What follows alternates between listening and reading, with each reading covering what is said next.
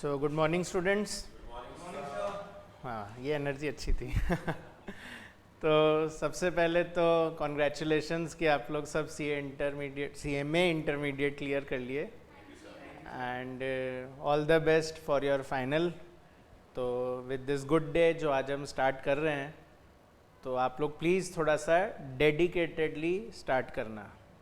मतलब ऐसा नहीं है कि स्टार्टिंग में अपन लीनियंटली ले ले कि ठीक है फाइनली तो है, वो ठीक है फाइनली तो है नहीं है, वो फाइनल है, CMA फाइनल है।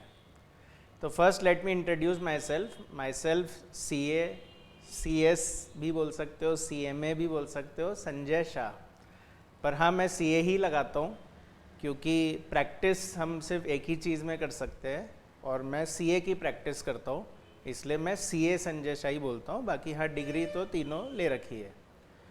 और मैं आप लोग के इस CMA कोर्स में, CMA जो आपका कोर्स है, इसमें आपके दो ग्रुप है ना। एक आपका ग्रुप 3 बोला है इन्होंने और एक आपका ग्रुप 4 है ना। एज पर सिलेबस 2022 है ना भाई। एक तो सिलेबस 2016 है और एक सिलेबस 2022 है। तो दिसंबर 23 तक सिलेबस 2016 के भी एग्ज़ाम चलेंगे। तो मतलब चॉइस है ये तो अपना कि अपन ओल्ड में जाते हैं या न्यू में जाते हैं। पर अगर आपने CMA इंटर अभी क्लियर किया है तो फिर तो आपको मैंडेटरीली सिलेबस 2022 में ही जाना है। अगर पहले से कर चुके हैं CMA इंटर तो ऑप्शन मिलता है कि ओल्ड में जाना है या न्यू में जाना है। पर अगर अभी क्लियर किया है तो फिर सिलेबस 22 ही मैंडेटरी है। अच्छा, अभी तक एज सच कोई बुक्स वगैरह तो आई नहीं है इस नए सिलेबस की। पर ये जो ग्रुप 3 है, इसमें आपके दो पेपर है। एक है पेपर 14 और दूसरा है पेपर 16। मतलब अपन बोले ग्रुप 3 का दूसरा पेपर और चौथा पेपर। मतलब इससे पहले एक पेपर 13 है और एक बीच में पेपर 15 है।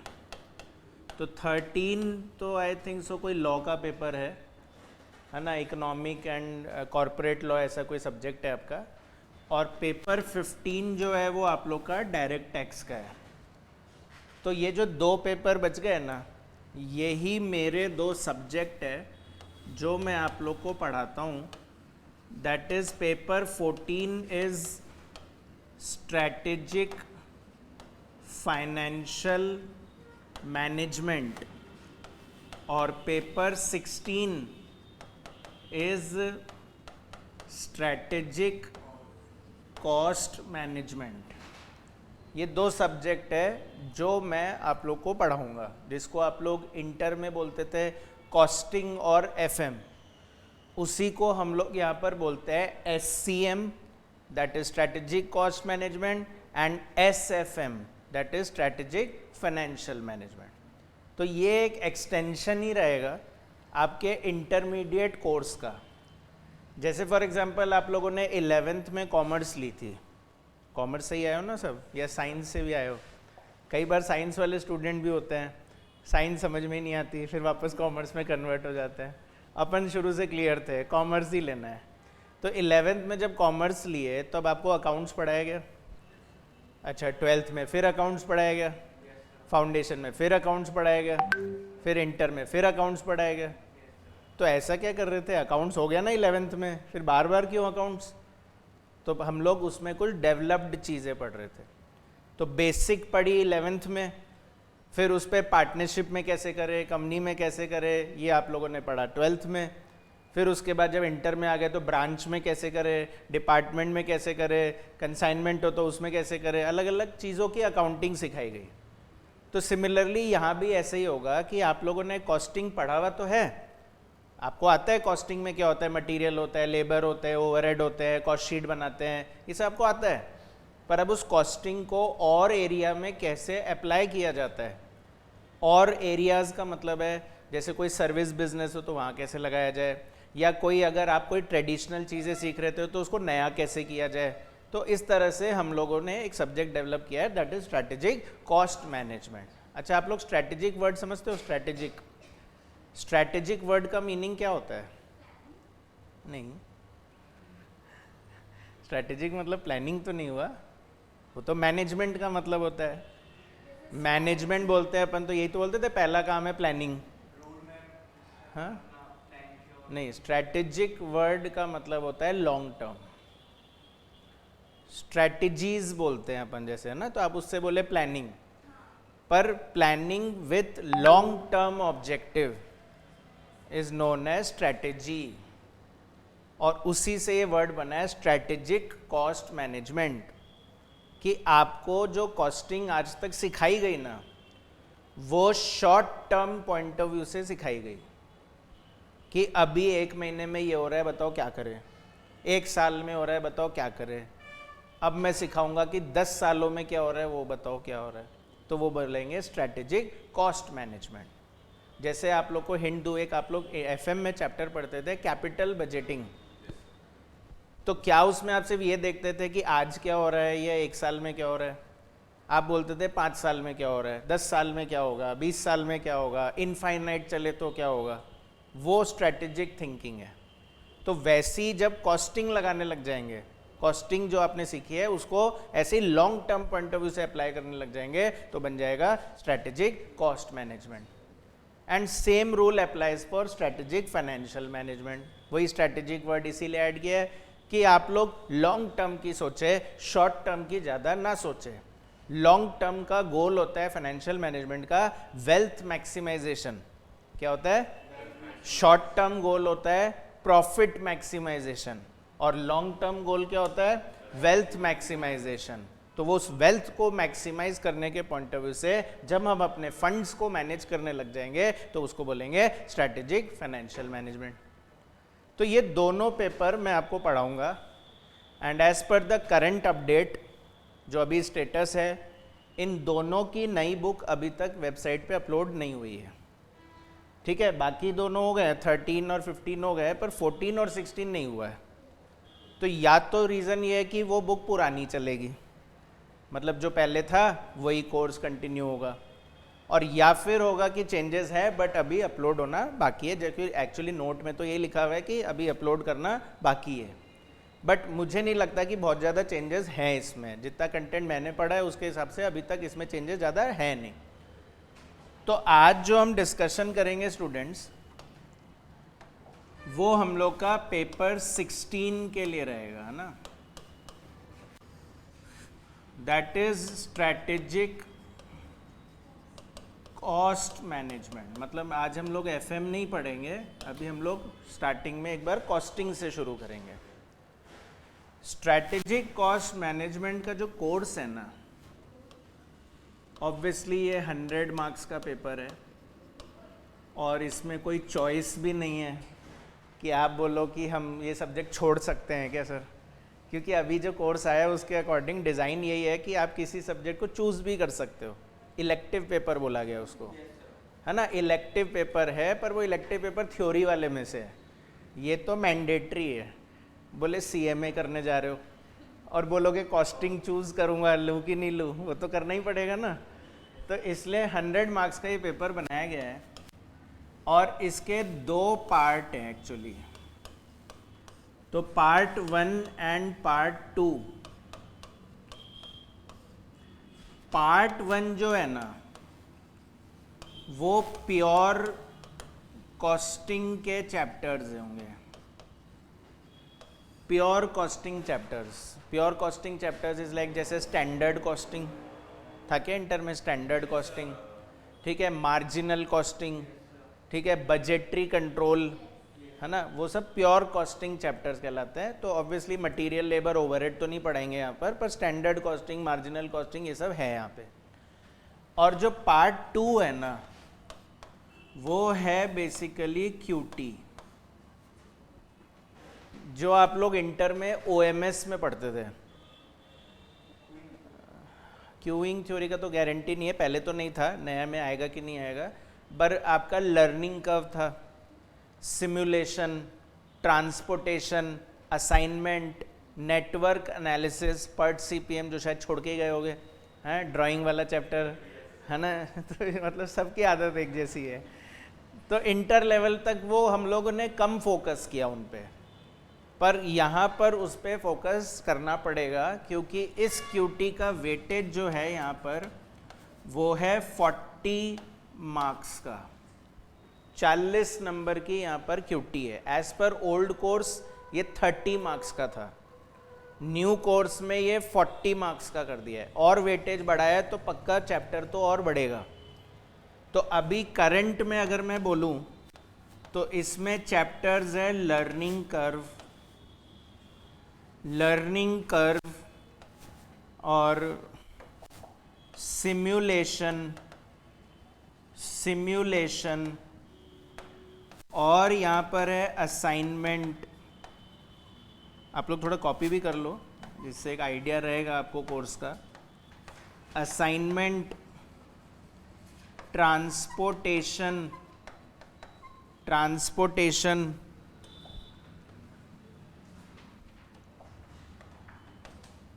लर्निंग कर्व है, सिमुलेशन है, असाइनमेंट है, ट्रांसपोर्टेशन है, नेटवर्क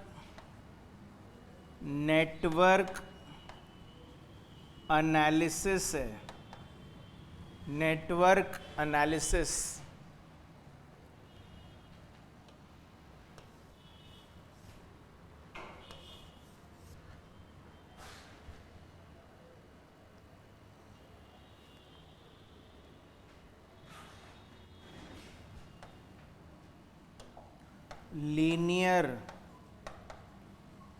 लीनियर प्रोग्रामिंग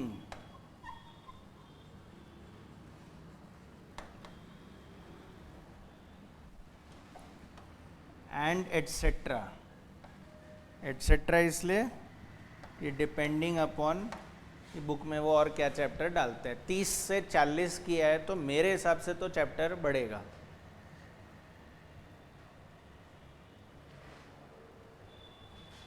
और अगर हम प्योर कॉस्टिंग चैप्टर्स की बात करें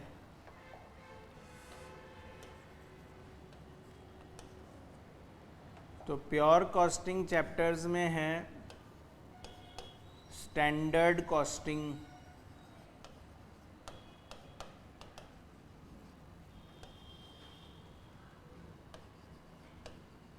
marginal costing slash decision making था क्या इंटर में? डिसीजन मेकिंग, जैसे वो ऑप्टिमम मिक्स बनाने वाले क्वेश्चंस करते थे, रैंकिंग वगैरह करते थे, वो पार्ट यहाँ पे है। फिर life cycle costing, target costing, just in time, ये नाम सुना होगा, just in time material chapter में आता था, उसका प्रैक्टिकल चैप्टर हम लोग यहाँ पढ़ते हैं।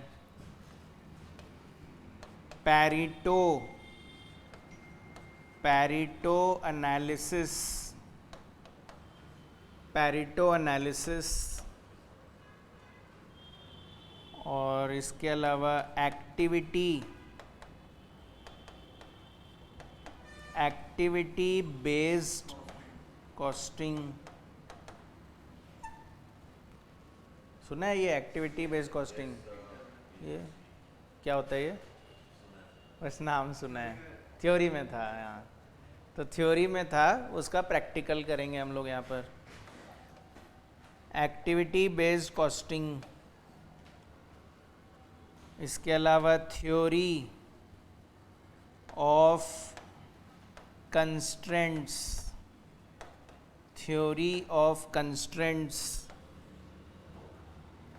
और ट्रांसफर,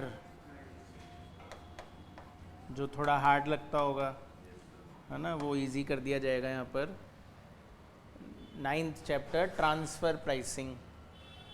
तो ये प्रैक्टिकल चैप्टर्स अभी as per the current book है जो अपने पास अवेलेबल है, ठीक है। तो ये पार्ट रहेगा आपका 60 मार्क्स का और वो पार्ट रहेगा 40 marks and also with lots of theories, है ना। थ्योरी तो यहाँ भी रहेगी, ये प्रैक्टिकल पार्ट रहेगा, पर कुछ थ्योरी चैप्टर्स भी हैं, जैसे ERP वगैरह पढ़ाया जाएगा, वैल्यू एनालिसिस, वैल्यू इंजीनियरिंग, ये सब पढ़ाएंगे।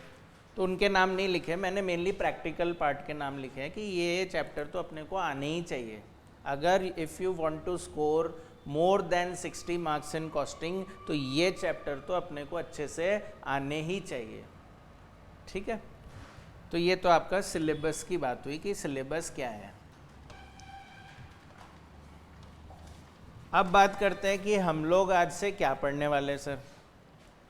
तो आज मैं आपको कोई नया चैप्टर नहीं पढ़ाऊंगा, आज मैं आपको सिर्फ कॉस्टिंग की बेसिक्स सिखाऊंगा, कॉस्टिंग की ABCD रिवाइज करवाऊंगा।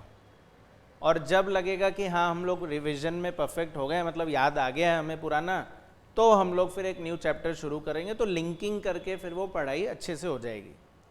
तो वील स्टार्ट विद बेसिक्स, है ना, हेडिंग डाल लीजिए आप लोग, basics of cost, basics of cost management.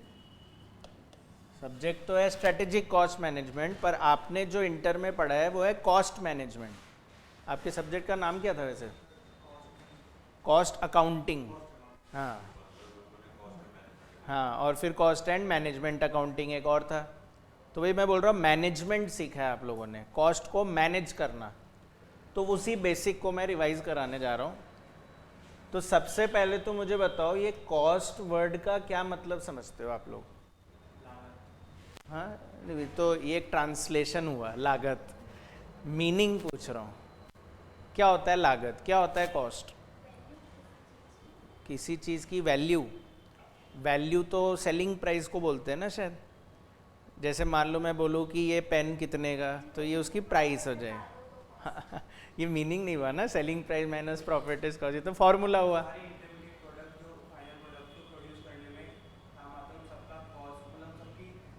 Cost ही तो पूछ रहा हूँ।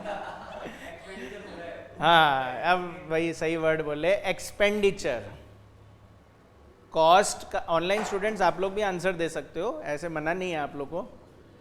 तो कॉस्ट वर्ड का मतलब है एक्सपेंडिचर। कोई भी काम अगर करोगे तो उसमें पैसा लगेगा, और वो जो पैसा लग रहा है उसी को उसकी कॉस्ट बोली जाती है। बिजनेस होता है बेसिकली, क्या होता है? बिजनेस। बिजनेस करने में पैसा स्पेंड होगा, और वो स्पेंडिंग अमाउंट ही मेरे लिए क्या है? कॉस्ट। मैंने बिजनेस इसलिए बोला क्योंकि आपकी पर्सनल काम में भी कॉस्ट लगती है। जैसे फॉर एग्जांपल आप ऑफलाइन आए पढ़ने, फेस टू फेस पढ़ने आए, तो आप पढ़ने आए, ये तो आपका पर्सनल बिजनेस है, मतलब ये कोई एक्चुअल बिजनेस तो है नहीं, ये तो पर्सनल लाइफ है। पर क्या उसमें आने में भी पैसा लगा? आप व्हीकल से आए तो आपने पेट्रोल वगैरह डलवाए होंगे। अच्छा, सोचा आज नई क्लास है तो सर नई कॉपी लेके चलते हैं, नया पेन लेके चलते हैं। कुछ सोचे होंगे नहीं नहीं पुराना ही ले चलते हैं, क्या करेंगे नए का। तो भी पुराने को भी आप काम में तो ले ही रहे हो, तो वो भी आप स्पेंड तो कर ही रहे हो, पर मुझे उससे मतलब नहीं है, क्योंकि वो आपका पर्सनल एक्टिविटी है। इस सब्जेक्ट में हमको सिर्फ उसी चीज़ से मतलब है जो एक बिजनेस के अंदर हो रहा हो। बिजनेस 3 तरह के होते हैं। एक होता है मैन्युफैक्चरिंग बिजनेस, क्या होता है? दूसरा होता है सर्विस बिजनेस, और तीसरा होता है ट्रेडिंग बिजनेस। क्या बोल रहा हूं मैं? बिजनेस जो है ना वो 3 तरह के होते हैं। मैं लिखवाऊंगा, आप लोग एक बार समझ लो बस। तो एक होता है मैन्युफैक्चरिंग बिजनेस, दूसरा होता है सर्विस बिजनेस, और तीसरा होता है ट्रेडिंग बिजनेस। क्या फ़र्क होता है इन तीनों में? प्रोड्यूस करते हैं, सर्विस में सर्विस प्रोवाइड करवाते हैं। सर्विस प्रोवाइड कराते हैं। जैसे मान लो मैं आप लोग को भी पढ़ा रहा हूँ, तो ये हमारा एक बिजनेस है ना। Coaching institute is also a business. ये मत सोचना कि ये चैरिटी हो रही है, ठीक है ना। कई लोग मिसलिंक कर देते हैं सर्विस को नॉट फॉर प्रॉफिट ऑर्गेनाइजेशन से। एनपीओ का मतलब है कि वो चैरिटी कर रहा है, और हमारा बिजनेस है जो प्रॉफिट कमाने के लिए खुला है, पर हाँ हम उसमें सर्विस दे रहे हैं। तो आप लोग को पढ़ाना क्यों क्या बोलते हैं, क्यों मैं बोल रहा हूँ इसको मैन्युफैक्चरिंग नहीं बोल सकते। मैं बताता हूँ कैसे मैन्युफैक्चरिंग है ये। हम लोग एक सीएमए फैक्ट्री चला रहे हैं जिसमें इंटर के स्टूडेंट्स तो हमारे रॉ मटेरियल है, और हम उसको प्रोसेस करेंगे, आपको पढ़ाएंगे बहुत सारा, और आपको सीएमए कंप्लीट करवा देंगे, फाइनल गुड्स बन जाएगा। तो क्या मैं बोलूँ मैं मैन्युफैक्चरिंग कर रहा हूँ, सीएमए फैक्ट्री चला रहा हूँ? नहीं। आप लोग हमको रॉ मटेरियल थोड़ी बोलोगे सर आप, तो क्यों नहीं बोलूँ ये बताओ। हाँ, मैन्युफैक्चरिंग में क्या होता है, फिजिकल आउटपुट बनता है, टेंजिबल आउटपुट बनता है, और सर्विस में इनटेंजिबल आउटपुट बनता है। मैन्युफैक्चरिंग में टेंजिबल आउटपुट बनता है और सर्विस में इनटेंजिबल आउटपुट है। तो education is an intangible output. मैं आपको पढ़ा दूंगा, पर अब आप किसी को दिखाने जाओगे कि क्या पढ़ाया तो वो नहीं दिखा पाओगे। पर अगर मैंने आपको कोई गुड्स बना के दे दिया तो आप 10 लोगों को दिखा सकते हो कि ये गुड्स लेके आए हैं। समझ में आ रही बात? तो मैन्युफैक्चरिंग से टेंजिबल आउटपुट आता है, सर्विस से इनटेंजिबल आउटपुट आता है, और ट्रेडिंग क्या होता है, जैसा खरीदा वैसा ही बेच दिया, उसको बोलते हैं ट्रेडिंग बिजनेस। ठीक है, तो अगर मैंने बॉटल्स खरीदे और बॉटल ही एज इट इज बेच दिए, वाटर के बॉटल्स खरीदे और उसको एज इट इज बेच दिए, तो वो ट्रेडिंग है। जैसे होलसेलर होते हैं, जैसे रिटेलर होते हैं, ये लोग ट्रेडिंग कर रहे हैं। फैक्ट्री है तो मैन्युफैक्चरिंग कर रहा है, और हमारे जैसे लोग क्या दे रहे हैं, सर्विस। ठीक है ना। तो मैं बोल रहा हूं ये तीनों ही बिजनेस को करने में एक्सपेंडिचर तो होगा, पैसा तो इन तीनों ही जगह पे लगेगा, पैसे तो इन तीनों जगह पे स्पेंड होंगे। तो वो सारे एक्सपेंडिचर जो भी यहाँ पर स्पेंड होंगे उनको ही क्या बोला जाएगा, कॉस्ट। यानी बिजनेस करने में जो भी अमाउंट स्पेंड होगा वो मेरे लिए क्या होगी, कॉस्ट होगी। सिंपल है एकदम। तो मान लो जैसे मैं ना मैन्युफैक्चरिंग कर रहा हूँ, उसमें मैं रॉ मटेरियल खरीद के ला रहा हूँ, तो क्या वो मेरी कॉस्ट हुई? मैन्युफैक्चरिंग कर रहा हूँ, उसमें रॉ मटेरियल ला रहा हूँ, क्या वो मेरी कॉस्ट है? यस। लेबर को वेजेस पे कर रहा हूँ, क्या वो मेरी कॉस्ट है? अच्छा, इलेक्ट्रिसिटी पे बिल का पेमेंट कर रहा हूँ, तो बताओ क्या वो मेरी कॉस्ट है? यस। पर मान लो मैंने एक मशीन भी खरीद रहा हूँ, क्या वो भी कॉस्ट है? अब उसको इन्वेस्टमेंट बोलते हो आप लोग, कॉस्ट नहीं बोलोगे। बिजनेस कर रहे हैं, मैन्युफैक्चरिंग बिजनेस कर रहे हैं। ऑनलाइन में भी आया कि हाँ सर कॉस्ट ही तो हुई, मशीन खरीदना भी तो खर्चा ही तो है, पैसा ही तो लग रहा है, पर नहीं बोलते हैं उसको कॉस्ट। ये एक डिफरेंशिएशन क्लियर रहना चाहिए कि जो फिक्स्ड एसेट्स आप खरीद के लाओगे ना, उसको कॉस्ट नहीं बोलते हैं। तो आप बोलो कि हम बिल्डिंग खरीद लाए, हम मशीन खरीद लाए, हम कंप्यूटर खरीद लाए, हम कार खरीद लाए, हम डिलीवरी व्हीकल्स खरीद के ले आए, इनको आप कॉस्ट नहीं बोलोगे। आप सिर्फ उसी को कॉस्ट बोलोगे जो रेकरिंग नेचर के होते हैं, जो डेली बेसिस पे हमारे इनकर हो रहे हैं। तो मटेरियल खरीदना, लेबर लाना, इलेक्ट्रिसिटी का बिल पे करना, रेंट भरना, पावर भरना, ठीक है, सैलरी देना, ये सब कॉस्ट है। पर मशीन खरीदना इज नॉट अ कॉस्ट। तो अगर मान लो आप लोग को पढ़ाने के लिए, ठीक है, मैं भी दूर से आया था, ठीक है, मैंने भी फ्यूल इनकर किया है, तो वो मेरे लिए कॉस्ट है। पर अब उसके लिए हमने आपको पढ़ाने के लिए टीवी लगा रखा है, तो हम ये नहीं बोल सकते कि TV is my cost. Service दे रहा हूं, पर उसके लिए जो टीवी लगा रखा है, या मैंने कोई कैमरा लगा रखा है, या मैंने कोई इंटरनेट सेटअप लगा रखा है, इनको कॉस्ट नहीं बोलते, ये इन्वेस्टमेंट कहलाते हैं। तो पता कैसे चलेगा सर कि किसको लेना है और किसको नहीं लेना है? तो एक्चुअली टीवी वगैरह भी आएंगे, कैमरा वगैरह भी आएगा, पर उतना आएगा जितना यूज हुआ है। यूज का मतलब मेरा ये है, ध्यान से सुनिए, जैसे मान लीजिए मैं बोलूं कि मैंने ना स्टूडेंट्स रॉ मटेरियल परचेज किया, रॉ मटेरियल परचेज किया मैंने 10,000 किलो, और 1 किलो जो है वो मान लो 5 रुपए का है, बताओ कितना हुआ? 50,000। और इसमें से मैंने मशीन के अंदर, मान लो ये एक मशीन है, और इस मशीन के अंदर मैंने 8,000 kg मटेरियल डाल दिए। तो अब मैं अगर पूछूं कि बताओ जो प्रोडक्ट बना उसकी कॉस्ट कितनी, तो 50,000 तो नहीं बोलते हो ना आप, तो 8,000 इंटू 5 40,000 ही बोलोगे। तो मैं बोल रहा हूं फिर उस कॉस्ट में इस मशीन की कॉस्ट को भी लेना, पर जितना यूज हुआ है उतना लेना। यानी मशीन की भी एक लाइफ होती है, मशीन की भी क्या होती है? एक लाइफ। मान लो जैसे मैं बोलूं मशीन जो है वो 10 लाख रुपए का है, और इसकी लाइफ जो है वो 5 साल है, और मैंने अभी तक स्टूडेंट सिर्फ 1 साल चलाया है। ये जो 8,000 किलो मैंने डाला है इसमें 1 साल लग गया मुझे, तो 1 साल का इसमें डेप्रीसिएशन निकल जाएगा 2 लाख रुपए, और वो 2 लाख रुपए को तो कॉस्ट मानूंगा मैं तो बोल रहा हूं पूरे 10 लाख को नहीं मानना है कॉस्ट, जितना यूज हुआ है उतना कॉस्ट मानो।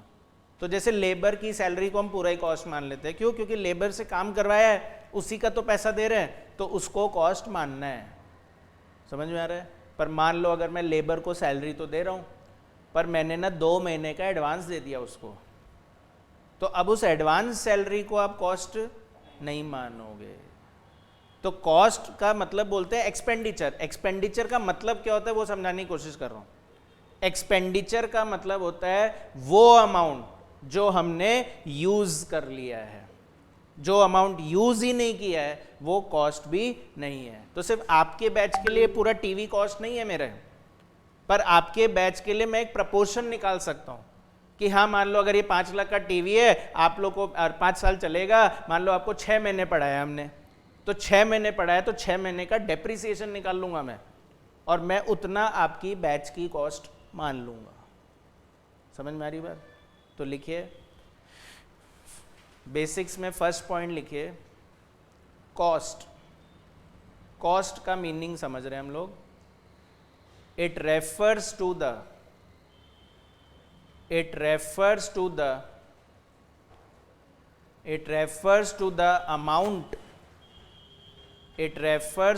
amount of expenditure.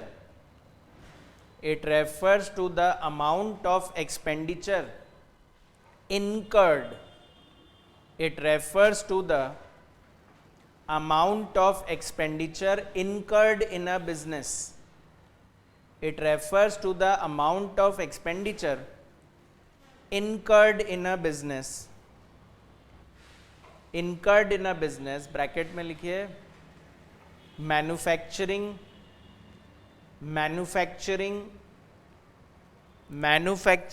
Comma service, manufacturing comma service and trading, manufacturing comma service and trading, bracket close. तो क्या लिखा है? It refers to the amount of expenditure. अच्छा, एक और चीज इंपॉर्टेंट है, अमाउंट होना जरूरी है। कॉस्ट बोलोगे तो मनी में मेजर होना जरूरी है ना? अगर मान लो मैं यहाँ पर इसी एग्जाम्पल में मान लो मैं आपको ये 5 रुपए बताता ही नहीं कि ये 5 रुपए का है, तो अब बताओ मैंने 8,000 किलो मटेरियल यूज किया है, कॉस्ट कितनी?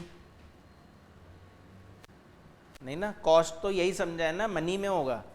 कॉस्ट कभी क्वांटिटी में थोड़ी होता है, कॉस्ट कभी टाइम में थोड़ी होता है, कॉस्ट हमेशा मनी में होता है। तो it refers to the amount of expenditure, ठीक है? क्योंकि वरना लोग बोलेंगे हमने तो 10 घंटे दिए, तो 10 घंटे दिए वो मेरे लिए कॉस्ट नहीं है। 10 घंटे की अमाउंट निकाल के बताओ तो मैं उसको कॉस्ट में ले सकता हूँ।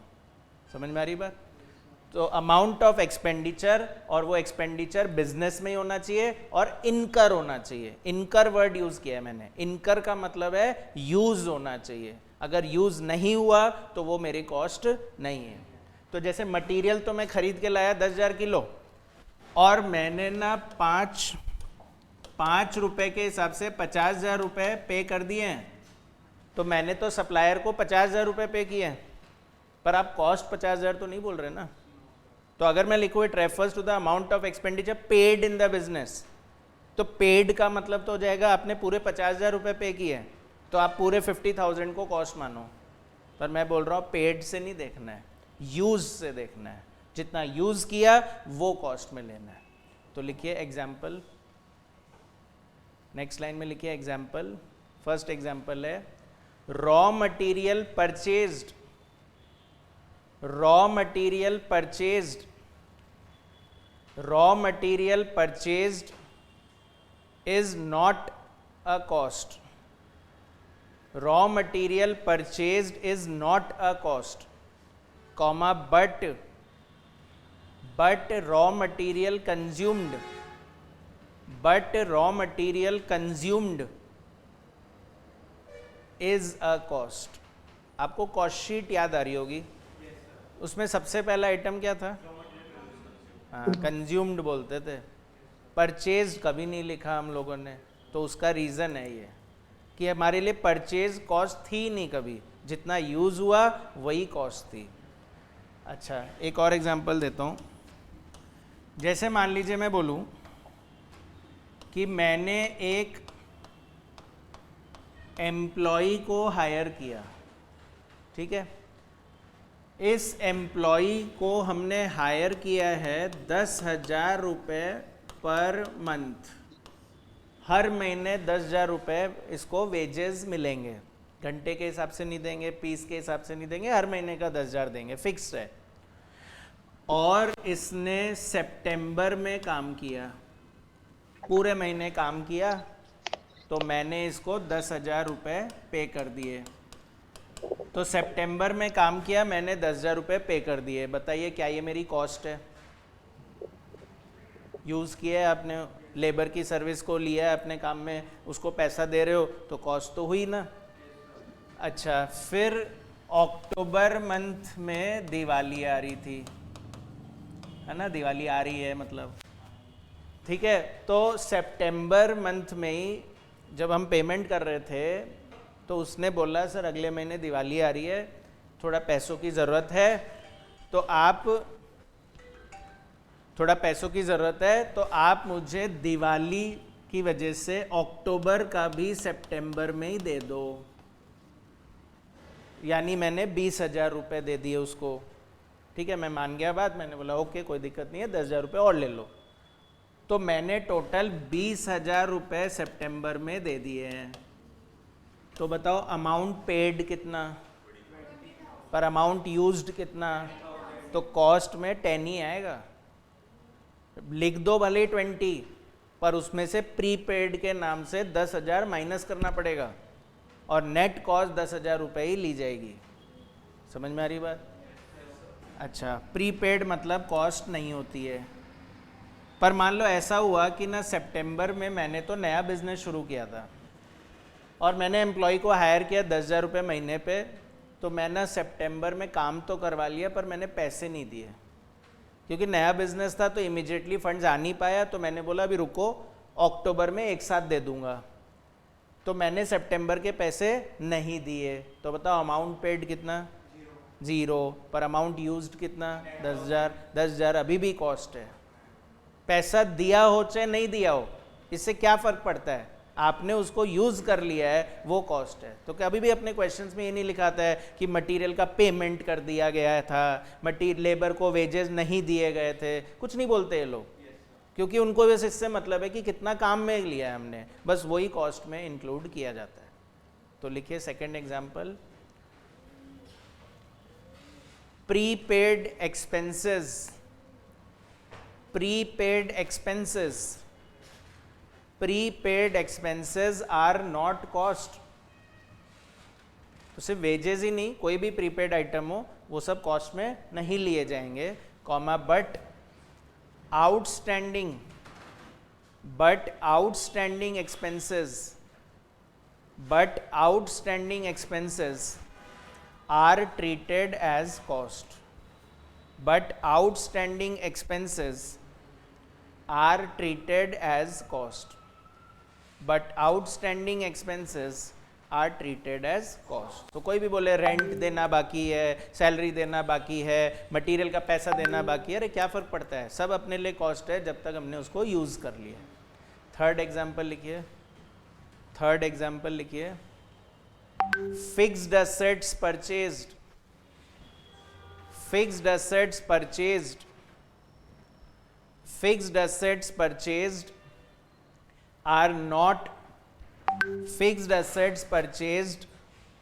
are not treated as cost.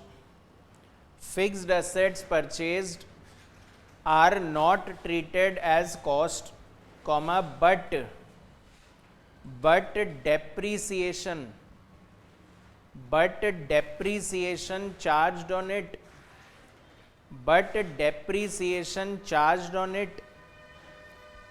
are treated as cost. But depreciation charged on it are treated as cost. जो मैंने आपको समझाया, मशीन खरीद लाऊंगा तो सारा मशीन एक साथ थोड़ी यूज़ कर लूँगा, ठीक है। डिलीवरी व्हीकल खरीद लाऊंगा तो पूरे डिलीवरी व्हीकल को एक साथ थोड़ी यूज़ कर लोगे, तो जितना पोर्शन आपने यूज़ किया है उतना उसमें अमोर्टाइजेशन करो, डेप्रिसिएशन लगाओ और वो कॉस्ट में इंक्लूड कर लो। जैसे मान लो वो बोलते हैं कि हम कोई प्रोडक्ट बनाना चाहते हैं और उसको शेप देने के लिए हम एक मोल्ड लाएंगे। क्या लाएंगे? मोल्ड की स्पेलिंग MOULD, है ना। प्रोडक्ट को शेप देने वाला इंस्ट्रूमेंट। इसका एग्जाम्पल है, बेस्ट एग्जाम्पल, घर में इडली खाते हैं तो इडली का शेप तो हमको पता है ना कि वो सर्कल शेप का बनता है। क्यों? क्योंकि उसका मोल्ड ऐसा है। वो इडली का सांचा बोलते हैं ना अपन, तो उसको ही बोल रहे हैं मोल्ड। तो मान लो हम प्रोडक्ट बनाना चाह रहे हैं, प्रोडक्ट बनाने के लिए, शेप देने के लिए मोल्ड लाना चाह रहे हैं। वो मोल्ड 2 साल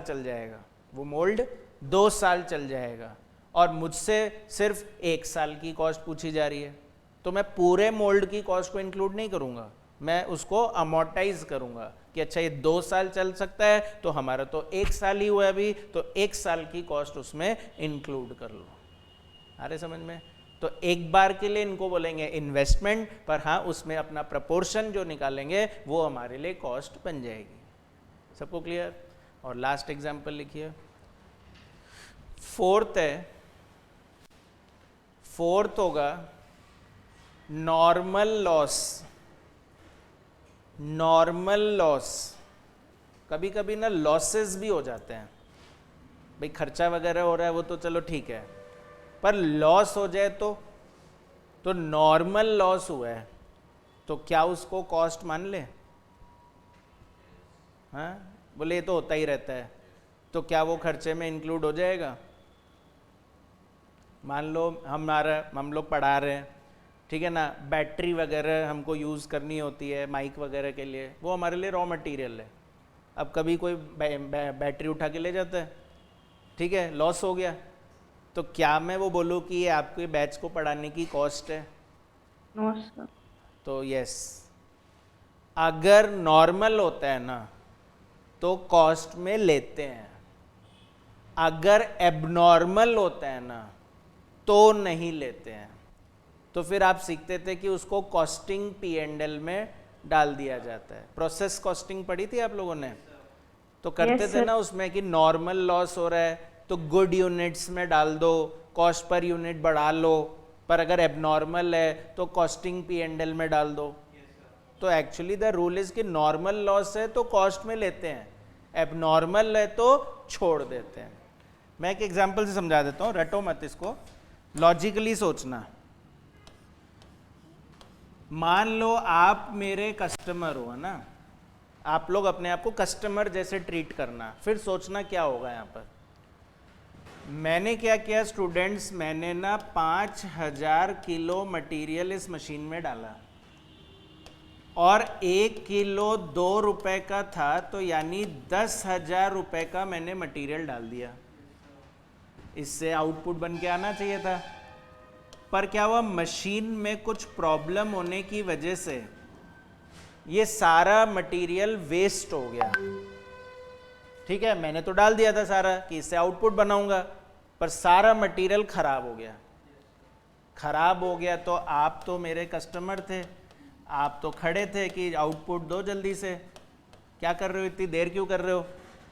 तो मैंने क्या किया, मैंने इमीडिएटली 10,000 रुपये का मटेरियल और डाल दिया कि जिससे मैं अपना आउटपुट बना सकूं। अब की बार मशीन सही से चली और मेरा प्रोडक्ट तैयार हो गया। बताओ आप कितने पैसे दोगे? 10,000। अब क्यों छोड़ दिया आपने इसको? हाँ, एबनॉर्मल है, डेली खराब थोड़ी होती है मशीन। तो ब्रेक डाउन हो जाना मशीन का एबनॉर्मल पार्ट है, और उस एबनॉर्मल चीज़ को कस्टमर बेयर नहीं करता है। और अगर कस्टमर बेयर नहीं करेगा तो मैं भी उसे अपनी कॉस्ट में इंक्लूड नहीं करूँगा।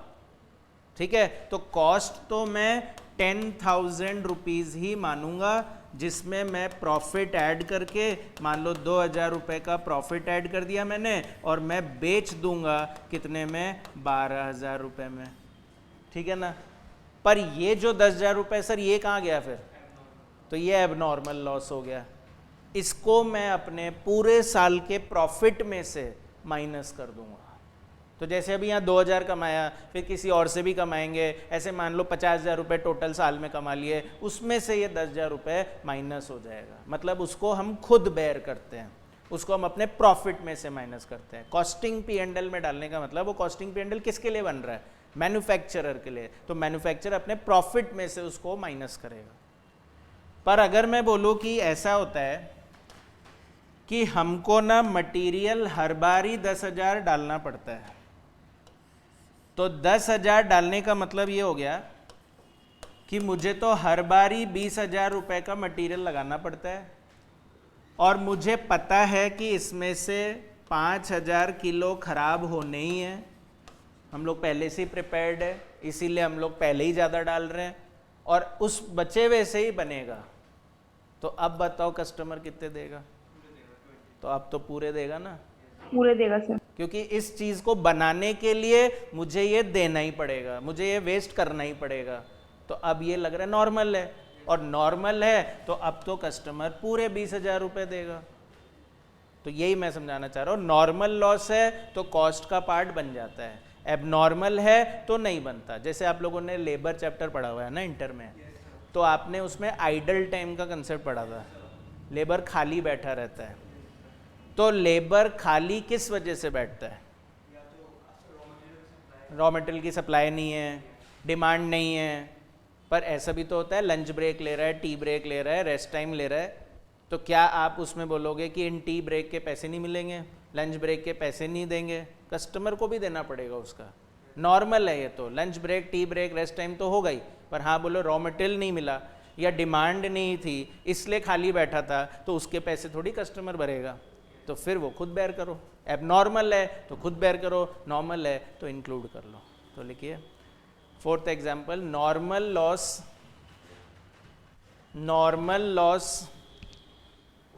will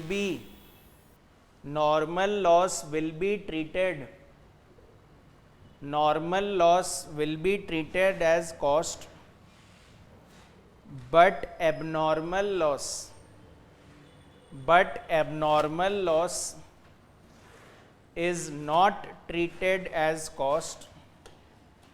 but abnormal loss is not treated as cost, and it is transferred to costing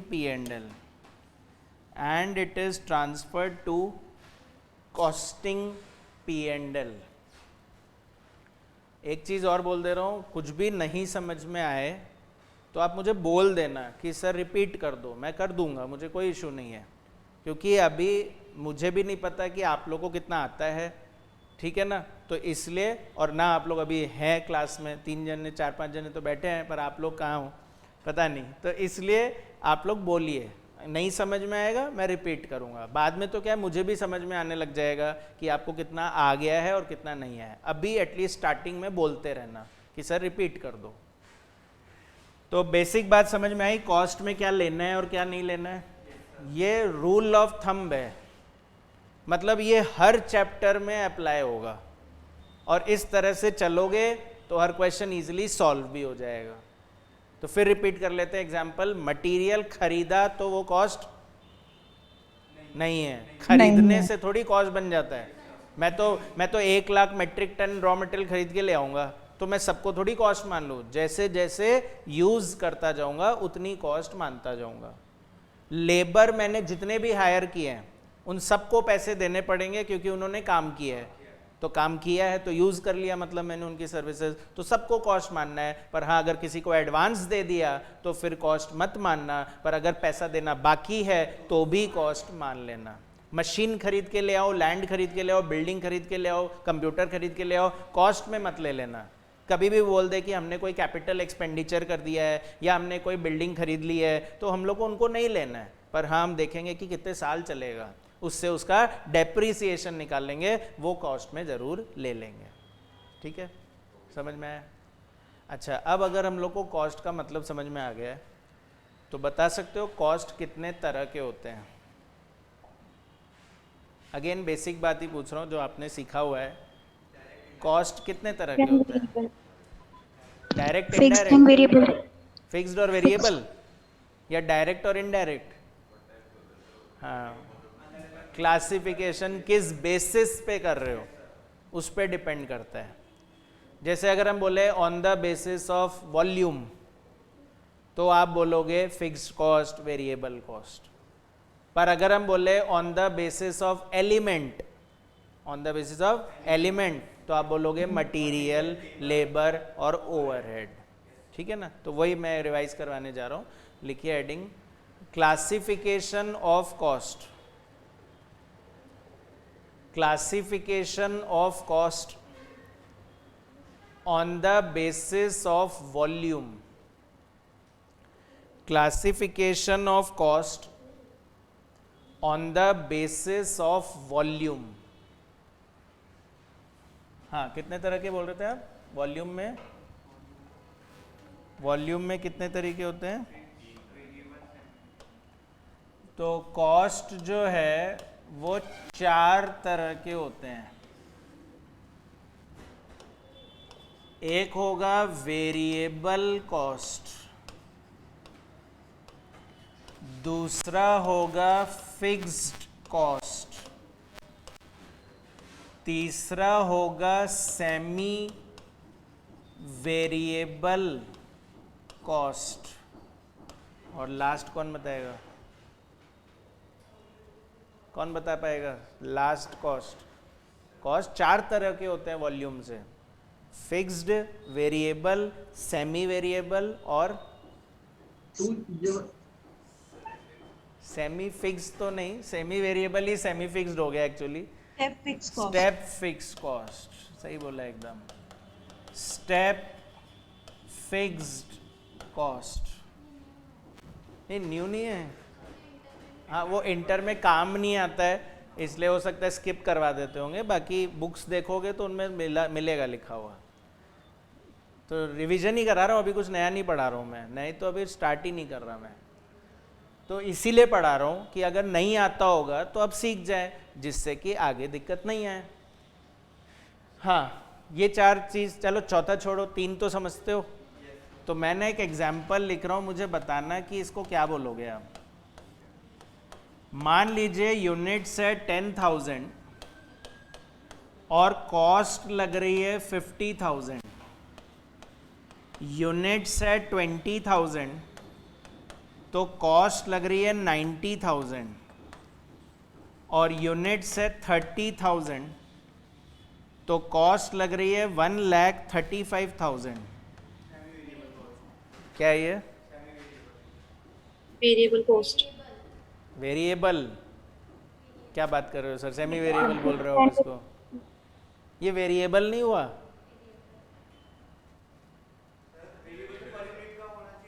sir per unit same नहीं है कॉस्ट। हाँ ठीक है, कई लोग दिमाग लगा लिए, कई लोग ज़्यादा सोचे ही नहीं। एक्चुअली एक मिसकंसेप्शन है जिसको मुझे दूर करना है। जो लोग पर यूनिट की बात कर रहे हैं वो सही बोल रहे हैं, पर जो नहीं बोल रहे, जिनको वेरिएबल लग रहा था, उनके मिसकंसेप्शन को दूर करना चाह रहा हूँ। वेरिएबल का मतलब सिर्फ ये नहीं होता है कि चेंज हो रहा है। आप लोग को वेरिएबल क्यों लगा, बोले अच्छा हर वॉल्यूम पे चेंज हो रहा है तो वेरिएबल है। नहीं, वेरिएबल का मतलब होता है वो कॉस्ट जो सेम प्रपोर्शन में चेंज हो, सेम प्रपोर्शन में चेंज हो। सेम प्रपोर्शन का मतलब होता है कि अगर मेरा वॉल्यूम डबल हो रहा है तो क्या मेरी कॉस्ट डबल हो रही है? अगर हो रही होती तो मैं बोलता वेरिएबल है। तो सिर्फ चेंज नहीं है इसका मतलब। वेरिएबल का मतलब होता है चेंज इन सेम प्रपोर्शन। मेरा वॉल्यूम ट्रिपल हो रहा था, 10 से 30 बना, ट्रिपल हो गया, क्या मेरी कॉस्ट ट्रिपल हुई? तो वेरिएबल नहीं है ये किसी भी हाल में। या इसका आइडेंटिफाई करने का दूसरा रास्ता था जो आप लोग बोल रहे थे कि हम लोग इसकी कॉस्ट पर यूनिट चेक कर लें, एक एक यूनिट की कॉस्ट निकालो एक बार। तो 50,000 डिवाइड बाय 10,000 5 रुपये आया, पर 90,000 डिवाइड बाय 20,000 तो 4.5 रुपये आ रहा है, और 1,35,000 डिवाइड बाय 30,000 तो 4.5, हाँ 4.5 आ रहा है। तो इन दोनों में तो 4.5 आ रहा है, पर वहाँ तो नहीं आ रहा ना, तो वेरिएबल नहीं है ये। समझ में आ रही बात? पर ये वेरिएबल कब होता है? जब यहाँ पे अमाउंट लिखता मैं कितना, 1 लाख और 1,50,000, तो क्या होता है, ये भी 5 आता है, ये भी 5 आएगा, और ये लास्ट वाला भी 5 ही आएगा। तब बोलेंगे वेरिएबल कॉस्ट। समझ गए? लिखिए first point, variable cost. Explanation लिख रहे हैं। तो ये सब बातें एग्जाम में नहीं आती है स्टूडेंट्स। कोई नहीं इंस्टीट्यूट पूछेगा व्हाट इज वेरिएबल कॉस्ट या व्हाट इज कॉस्ट, जो मैं आपको पढ़ा रहा था। पर क्या ये बेसिक्स अगर स्ट्रॉन्ग कर लोगे तो क्वेश्चन में कभी दिक्कत आ ही नहीं सकती। तो फर्स्ट पॉइंट वेरिएबल कॉस्ट में लिखेंगे, it refers to the cost, it refers to the cost which changes in same proportion. It refers to the cost which changes in same proportion to the change in volume. It refers to the cost which changes in same proportion to the change in volume. ठीक है, same proportion होना चाहिए, full stop. It's cost, it apostrophe s, its cost per unit, its cost per unit always remains same. Its cost per unit always remain same, और per unit cost हमेशा same आएगी इसमें। ठीक है, तो इस एग्जाम्पल को कॉपी कर लो आप लोग।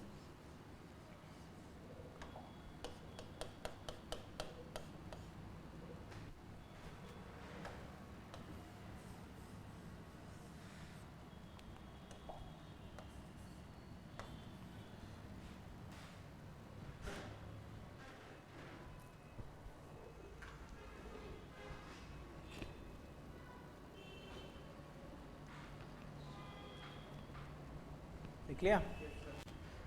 तो बता सकते हो बिजनेस में है ना, पर्सनल लाइफ की कॉस्ट मत बता देना कि बोले सर हम तो मूवी देखने गए थे, पर पर्सन हम लोग के 100 रुपये लगे, तो टोटल 500 रुपये लगे 5 जनों के, तो वेरिएबल कॉस्ट हो गई सर। उससे मुझे मतलब नहीं है, बिजनेस की बात करना। बिजनेस में कोई ऐसा एग्जाम्पल बताओ जो इस तरह से बिहेव करता हो। रॉ मटेरियल, भाई 10,000 किलो लगाऊंगा 50,000, तो 20,000 किलो लगाऊंगा तो 1 लाख ही लगेगा। और बोलो, लेबर की वेजेस पर मंथ नहीं, पर यूनिट हो या पर आवर हो, तो जितने घंटे काम करेगा उसके हिसाब से मिलेगा या जितने यूनिट्स बनाएगा उसके अकॉर्डिंग मिलेगा, तो वेरिएबल है। इलेक्ट्रिसिटी वेरिएबल नहीं है। हाँ, इलेक्ट्रिसिटी वेरिएबल नहीं होता है, वो सेमी वेरिएबल होता है। वो मैं जब सेमी वेरिएबल बताऊंगा तब क्लियर कर दूंगा। इलेक्ट्रिसिटी वेरिएबल नहीं है। और बोलो वेरिएबल के और एग्जांपल दो। मटेरियल हो गया, लेबर हो गया, बस खत्म हो गया।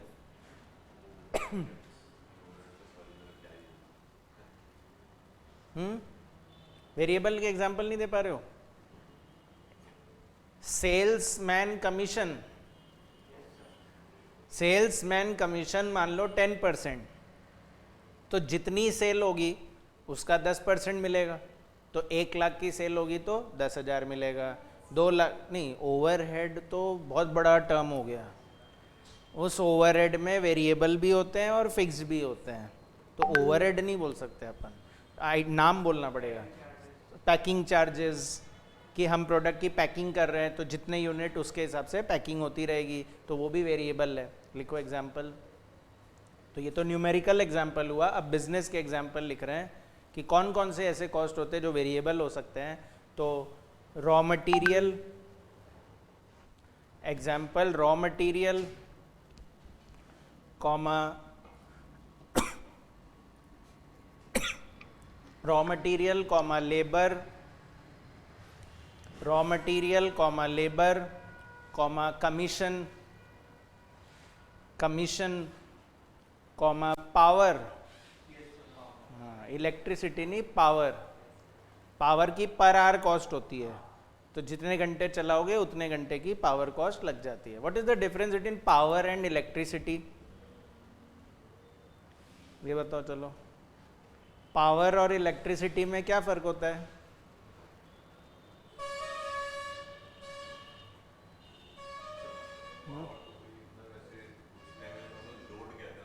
हाँ, हैवी लोड नहीं, इलेक्ट्रिसिटी को भी लोड बोलते हैं, फिर तो लोड्स में ही आता है। पावर बेसिकली फैक्ट्री के अंदर इलेक्ट्रिसिटी नहीं लगेगी फैक्ट्री में? प्रोडक्शन के हाँ, तो लाइट भी तो काम आती होगी प्रोडक्शन में। ऑफिस एरिया का क्यों फैक्ट्री में बल्ब नहीं चाहिए आपको? फैक्ट्री में फैन नहीं चाहिए आपको? तो वो सब पावर से ही चलाओगे? मशीन चलाने का बोल रहे हो बेसिकली। देखो, पावर और इलेक्ट्रिसिटी में फ़र्क ये है कि पावर एक एक्सटर्नल डिवाइस होता है। जैसे for example inverter, generator, battery, इनको अपन पावर बोलते हैं। जैसे आप लोग फ़ोन यूज़ कर रहे हो, तो फ़ोन किससे चल रहा है? बैटरी से। वो बैटरी एक पावर का सोर्स है, इलेक्ट्रिसिटी का सोर्स नहीं बोलते उसको। इलेक्ट्रिसिटी वो है जो वायर्स के थ्रू अपने पास पहुंच रहा है, जो हमको विद्युत वितरण निगम लिमिटेड दे रहा है, वो इलेक्ट्रिसिटी है। पर मैंने क्या किया, मैंने छत पे सोलर पैनल लगा लिए, तो मैं तो खुद ही जनरेट करके खुद की लाइट फैन चला लूँगा। वो क्या है? पावर। सोलर पावर बोलते हैं उसको, wind power, nuclear power. External devices होते हैं ये जो पावर जनरेट करते हैं।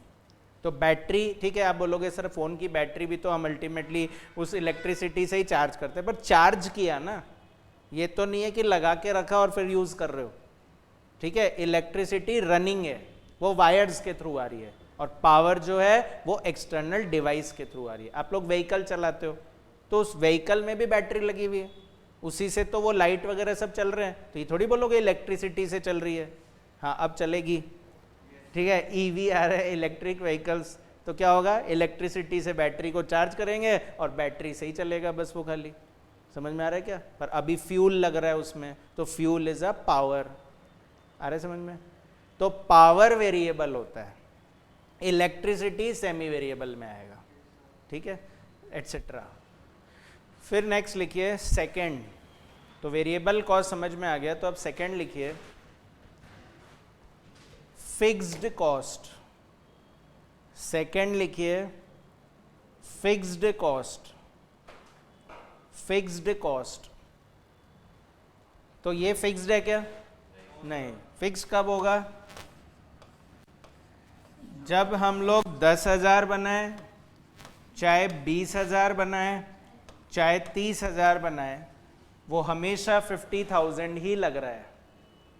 ऑब्वियसली पर यूनिट अब सेम नहीं आएगा, वो डिक्लाइन होता जाएगा 5, 2.5 एंड 1.67 पर यूनिट बदलेगा, टोटल में सेम रहेगा। और इसको आइडेंटिफाई करने का सबसे आसान तरीका ये होता है कि आप पूछ लेना कि जीरो बनाए तो क्या होगा। अगर आप बोले कि जीरो बनाने में भी लगेगा सर, तो फिर वो क्या है, फिक्स्ड है। जो कॉस्ट जीरो बनाने में भी लगे वही तो हमारी फिक्स्ड कॉस्ट होती है। तो लिखिए definition, it refers to the cost which remains same. It refers to the cost which remains same at all levels of production. It refers to the cost which remains same at all levels of production, including zero level. It refers to the cost which remains same at all levels of production, including zero level. Full stop. फिर ये पहले example copy कर लो।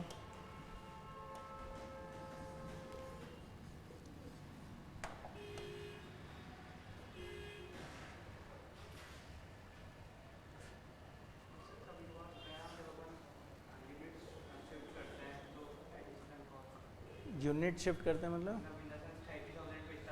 हाँ वही है वो last वाला।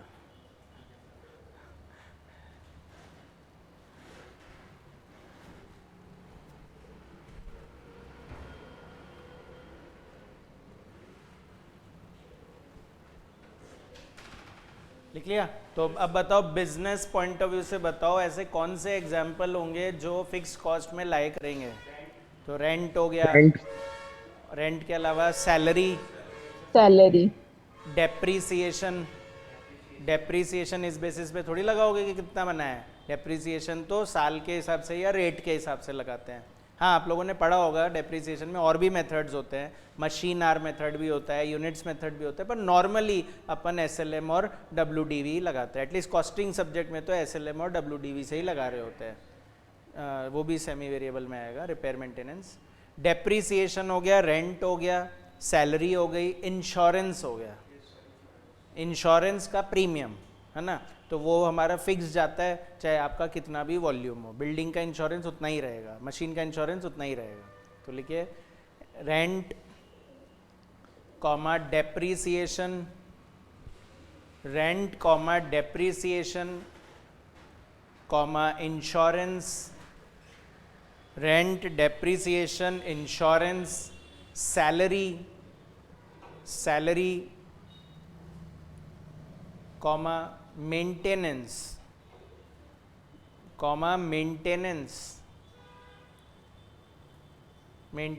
Etcetera. ठीक है, तो जैसे एक आइडिया लेना है। एग्जाम्पल का मतलब ये नहीं है कि मैं पूरी लिस्ट ही लिखवा दूंगा आपको कि कौन कौन से फिक्स कॉस्ट होते हैं। अपन आइडिया ले रहे हैं एग्जाम्पल पढ़ के, जिससे कि जब अपने क्वेश्चन में ये पॉइंट्स आए तो हमको समझ में आए कि कौन सी फिक्स कॉस्ट है। अब लिखिए थर्ड लिखिए semi variable cost.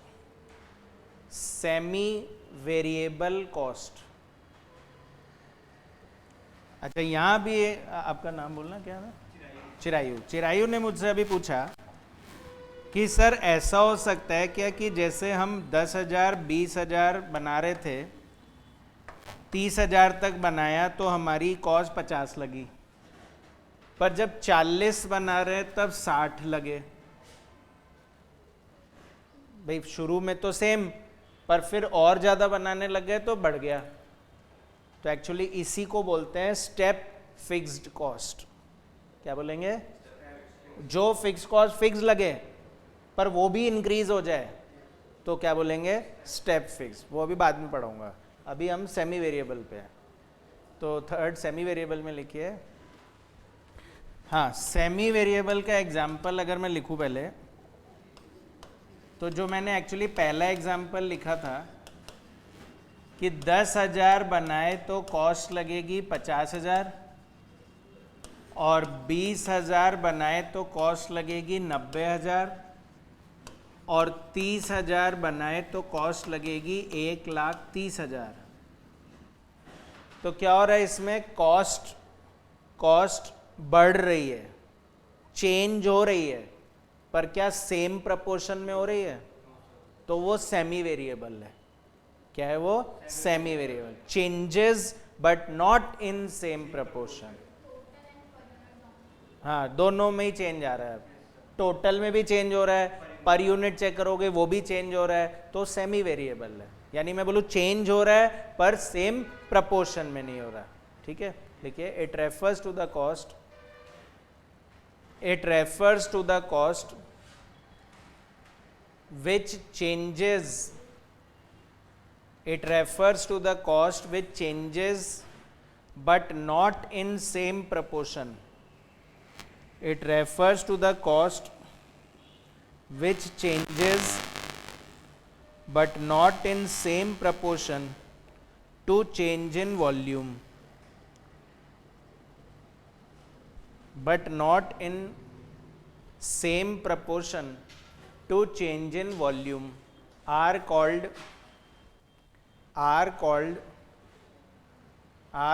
semi variable repeat cost. करना एक बार। हाँ, it refers to the cost which changes but not in same proportion,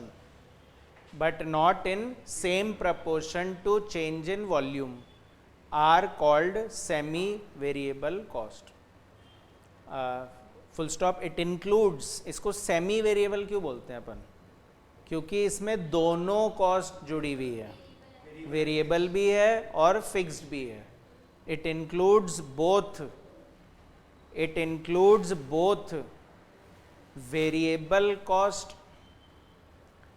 and fixed cost. It includes both variable cost and fixed cost in it.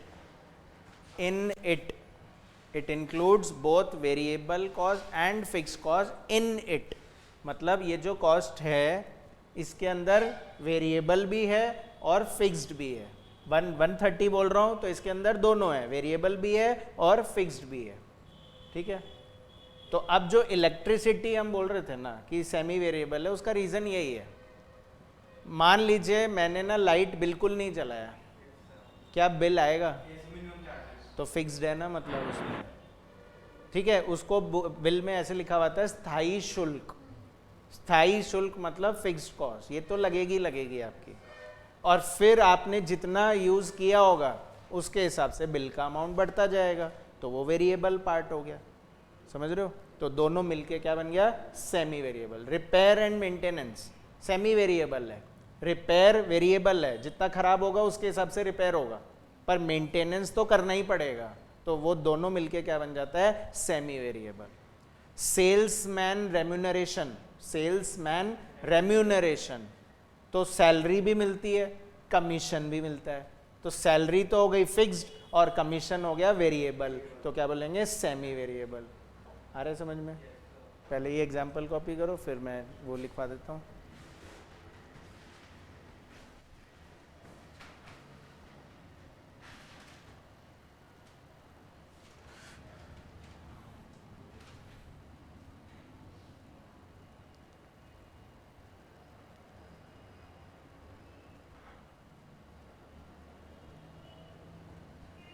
ठीक है, तो ये लिखने के बाद एग्जाम्पल लिख लो। Salesman remuneration, comma water bill, comma telephone bill, water bill, comma telephone bill, comma water bill, telephone bill, comma electricity bill. सारे बिल्स बेसिकली जो भी बिल आते हो सब में ऐसा ही होता है, फिक्स भी होता है, वेरिएबल भी होता है। कॉमा रिपेयर्स एंड मेंटेनेंस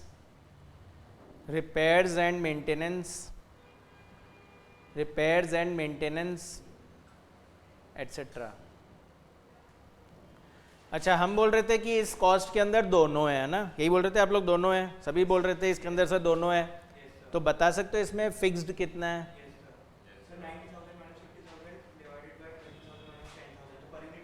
हाँ सर 40,000। हाँ, अरे इतना लंबा नहीं पूछ रहा था, बस ये पूछ रहा था कि फिक्स कॉस्ट कितनी है। तो फिक्स कॉस्ट इसमें 30,000 है, 40,000 है सर। 40,000 फिक्स कॉस्ट है। Yes sir. 10,000 है सर। 10,000। इन तीनों कॉस्ट में सिर्फ 10,000 रुपये फिक्स कॉस्ट है, बाकी वेरिएबल कॉस्ट है।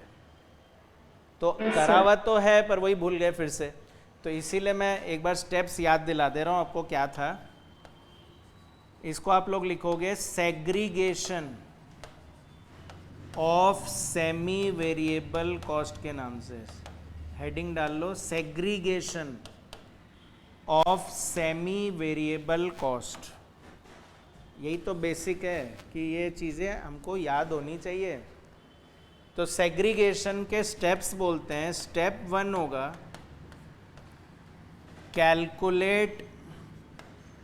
Calculate variable cost per unit.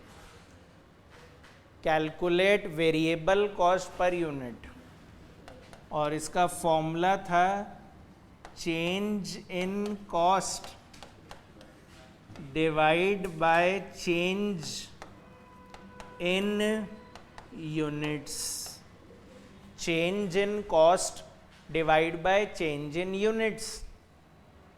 तो आप वो सही बोल रहे थे कि 90 माइनस 50 तो आ गया सर 40,000, और 20 माइनस 10 तो आया 10,000। डिवाइड कर दो तो 4 रुपीज़ आपका वेरिएबल कॉस्ट कहलाएगा, 4 रुपीज़ पर यूनिट। फिर स्टेप 2 होगा, step 2 calculate total variable cost. Calculate total variable cost, that is TVC। तो TVC is units multiply by variable cost per unit. Units को वेरिएबल कॉस्ट पर यूनिट से multiply कर दो। तो जैसे 10,000 unit और पर यूनिट 4, तो 40,000 उसमें वेरिएबल है। तो एक स्टूडेंट 40,000 फिक्स बता रही थी, ठीक है, ध्यान रखिएगा। 10,000 इंटू 4, 40,000 वेरिएबल है। दूसरे में 20,000 इंटू 4, 80,000 वेरिएबल है।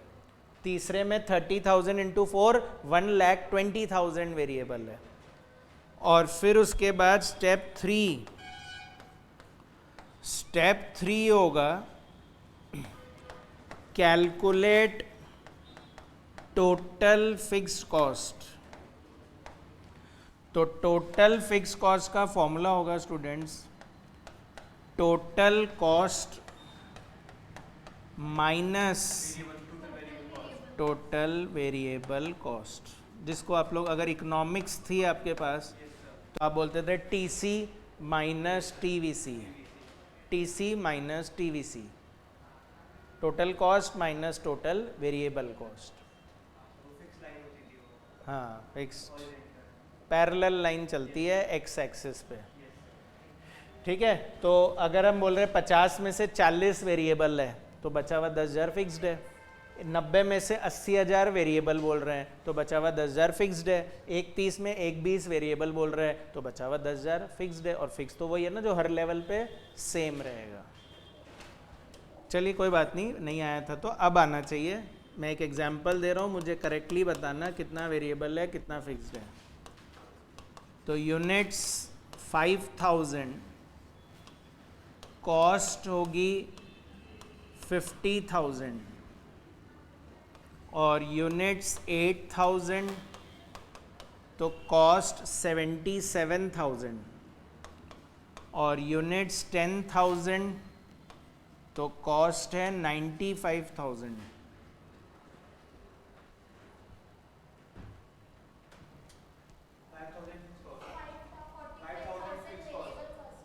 नहीं, फर्स्ट में तो ऐसे फर्स्ट सेकंड थर्ड थोड़ी बोलते रहेंगे। पर यूनिट 9 रुपीज़, और फिक्स्ड है 5,000। Yes. करो जल्दी।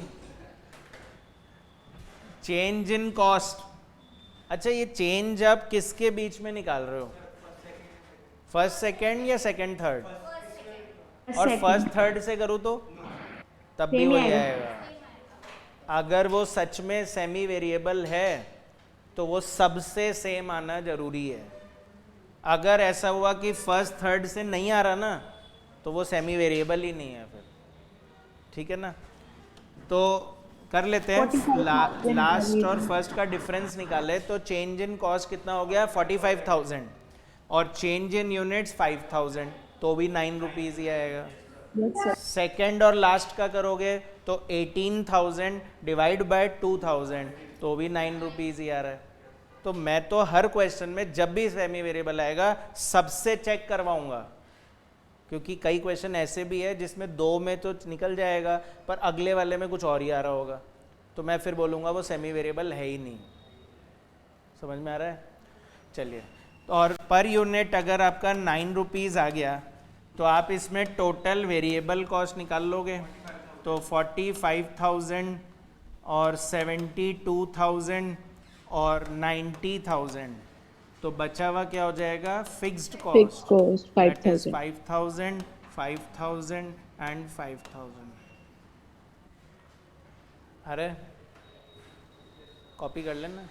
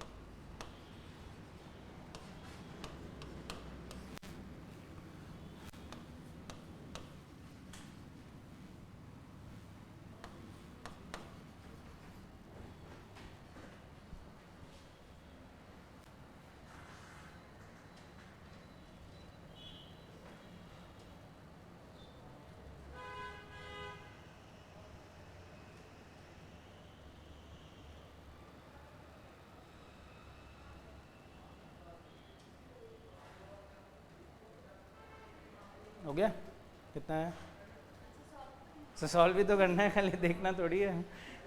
10,000 पे 36 और 15,000 पे 51, 3 पर आर। तो 30,000 तो 6,000 वेरिएबल और हाँ 30,000 फर्स्ट Variable. वाले में वेरिएबल 60,000 और 6,000 6,000 फिक्स्ड, और इसमें 45,000 वेरिएबल और 6,000 फिक्स्ड। और ये सही बोला चिरायु ने कि वेरिएबल कॉस्ट पर आर होगा ये आपकी बार, आप पर यूनिट नहीं बोलोगे आप उसको, क्योंकि आर्स गिवन थे। तो वेरिएबल कॉस्ट पर आर, तो पर आर कितना हुआ था? 51 minus 36 and divided by 15 divide by 15 minus 10,000, तो 3 रुपीज़ पर आर हो गया। ठीक है, तो अब अपने लास्ट कैटेगरी पे चलते हैं। लास्ट कैटेगरी क्या थी? Step fix cost. तो क्या है स्टेप फिक्स कॉस्ट? जो वैसे तो फिक्स रहेगा पर कभी कभी इंक्रीज हो जाएगा। तो वो कभी कब आएगा? कब होगा इंक्रीज? जब हमारी कैपेसिटी बढ़ा दी जाएगी।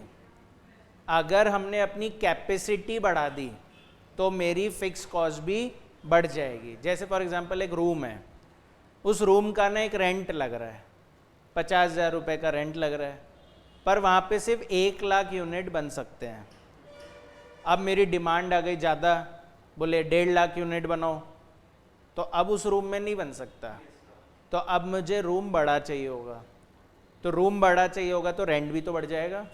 तो आप तो बोल रहे थे रेंट हमेशा सेम रहेगा, पर मैं बोल रहा हूँ अगर कैपेसिटी बढ़ा देते हैं तो फिर वो रेंट भी बढ़ सकता है। स्टाफ की सैलरी है, फिक्स्ड होती है, तो अगर मान लो 5 एम्प्लॉई है, 5 एम्प्लॉई को सैलरी दे रहे तो फिक्स्ड है, पर अब मेरे पास काम और आ गया है तो मुझे और एम्प्लॉय हायर करने पड़ेंगे, और हायर करूंगा तो और सैलरी देनी पड़ेगी, फिक्स कॉस्ट भी बढ़ेगा, समझ रहे हो? या उसकी शिफ्ट बढ़ा दी, तो मतलब कैपेसिटी बढ़नी चाहिए बस। तो लिखिए 4th पॉइंट में step fix cost, it refers to the cost, it refers to the fix cost, लिखिए it refers to the fixed cost, it refers to the fixed cost which remains same, which remains same up to a certain capacity, which remains same up to a certain capacity and then increases, and then increases due to increase in capacity. It refers to the fixed cost which remains same up to a certain capacity and then increases due to increase in capacity. Full stop. Numerical example लिख लो इसका भी। Sir एक बार repeat करना। It refers to the fixed cost which remains same up to a certain capacity. यहाँ तक लिख लिया? And then Yes, sir. increases due to increase in capacity, and then increases due to increase in capacity. इसका example कैसा दिखेगा कि वो बोलेंगे 0 to 20,000 तो हमारी कॉस्ट लगेगी 40,000। मतलब 0 से लेके 20,000 तक कुछ भी बनाओ, आपकी कॉस्ट फिक्स्ड है, 40 ही लगेगी। पर अगर आपने 20,001 बनाया से लेके 40,000 तक बनाए तो कॉस्ट 60,000 हो जाएगी। तो क्या हुआ, एक लिमिट तक सेम और फिर उसके बाद इंक्रीज, तो भी ये फिक्स कॉस्ट तो कहलाएगी पर रेंज वाइज फिक्स कॉस्ट कहलाएगी। ब्लॉक फिक्स कॉस्ट बोल सकते हो आप इसको, इस ब्लॉक का ये फिक्स कॉस्ट, इस ब्लॉक का ये फिक्स कॉस्ट, तो ऐसे फिक्स कॉस्ट को ही बोलते हैं स्टेप फिक्स कॉस्ट। तो स्टेप क्यों बोलते हैं सर इसको? क्योंकि ये स्टेप का कैरेक्टर शो कर रहा है। स्टेप का कैरेक्टर, स्टेयर्स देखा है आपने, ऐसा होता है, ये स्टेयर्स का शेप होता है। तो हमारी कॉस्ट भी ऐसा ही बिहेव कर रही है कि सेम रहेगा फिर इंक्रीज हो जाएगा, फिर सेम हो जाएगा फिर इंक्रीज हो जाएगा। पर ये इंक्रीज कब होगा? जब हम अपनी कैपेसिटी बढ़ाएंगे। क्लियर है? इसलिए इसको स्टेप फिक्स कॉस्ट बोलते हैं। तो इसका कोई पर्टिकुलर एग्जाम्पल नहीं है, हर fix cost step fix cost बन सकता है, इसीलिए मैंने लिखा है it refers to the fix cost. जो fix cost step character show कर ले उसको स्टेप फिक्स कॉस्ट बोल देना। समझ में आया? तो बस आज का बेसिक इतना ही है। मुझे और भी एक क्लास चाहिए बेसिक्स रिवाइज कराने के लिए, तो वो हम मंडे को करेंगे, कल तो छुट्टी रहेगी। ठीक है, आज हम लोग इतने पे ही एंड कर देते हैं। ठीक है, ओके, वेलकम, ओके।